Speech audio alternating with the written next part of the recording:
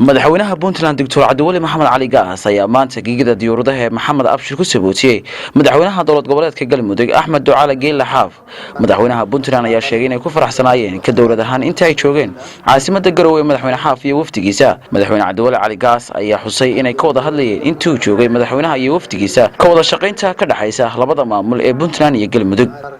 السلام عليكم ورحمة الله وبركاته. waxaan maanta halkan ku soo sooteynaa madaxweynaha dowlad goboleedka Galmudug Axmed Ducaale Geelle Xaaf oo kan ka soo qayb galay shirkii kooxaha iskaashiga dowlad goboleedyada oo dhawaankan 24 bisha ka soo gabagaboobay walaal Xaaf dhowr bilood dambe ayuu nala sii joogay magaalada isaga iyo wafdigiisii maantana waxay ku laabanayaan caasimadda Galmudug ee Soomaaliya insha Allah waxaan ku faraxsanahay inaanu isla sii joogno waqti si wada qaadano mandaqada maadaama aan drisnahay wax badan oo naga dhaxeeyana aan ka sii wada hadallo oo isla sii meel dhigno runtii waxay ahayd wanaag bino ah tira badan farxad bino ahayd maanta soo nabad iyo kan naga tagay insha Allah xalana nagu soo reer Galmudug guul iyo khayr baan ku rajeynaa insha Allah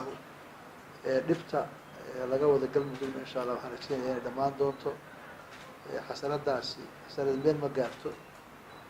waxaan rajeynayaa Galmudug oo mid ah oo wada jirta oo meel wada jeeda insha Allah ayaanu dhowreynaa helina doonaa dhabadeedana wuu hayaa Axmed runtii oo nabad doona weeyo dad badan isku keenay wax badan kulmiyay waan ku rajoonayaa inuu ku filan yahay inuu ka jiba gaari doono inay Galmudug dhisanto dowlad noqoto horumarto annagana daris wanaag iyo walaaltinimo iyo ehelnimo aynu ku wada joogno ku wada noolaada ayaan rajeynayaa. dhankiisa madaxweynaha Galmudug Axmed Ducaale Geelle Xaaf ayaa ka mahadnaqay martigelintii fiicneed ay u sameysay dowladda Puntland ugu horeeyo madaxweynaha Puntland Dr. Cabdiwali Maxamed Cali Gaas iyo golihiisa xukuumadda. aad iyo aad baan uga mahadcelinaynaa soo dhaweyntii iyo martigelintii waqtiga dheer qaadatay maanta ku marinay waa 9 bari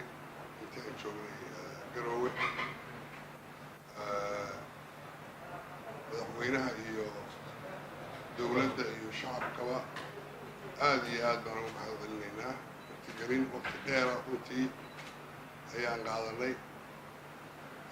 shirkii golaha iskaashiga oo dhamaaday wajiraac xiise ma laho waa la ogyahay waan u malaynaya wixii ka soo baxay arrintii waxaan keliya oo aad iyo aad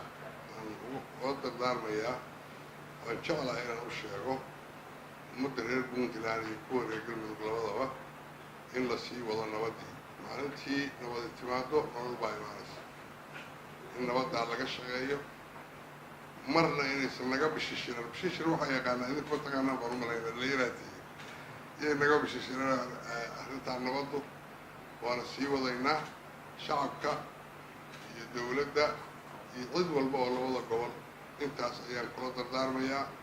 aad iyo aad baan mar labaad iyo mar saddexaad iyo mar afraad ugu mahadcelinaynaa aniga iyo wafdigaygu maaragtay Garowe khaasatan iyo Puntland oo dhan sidii loo martigeliyay sidii loo soo dhaweeyay muddada aan la joognay waa waxaan soo xiisi doonaa marar badan insha Allah. Maxamed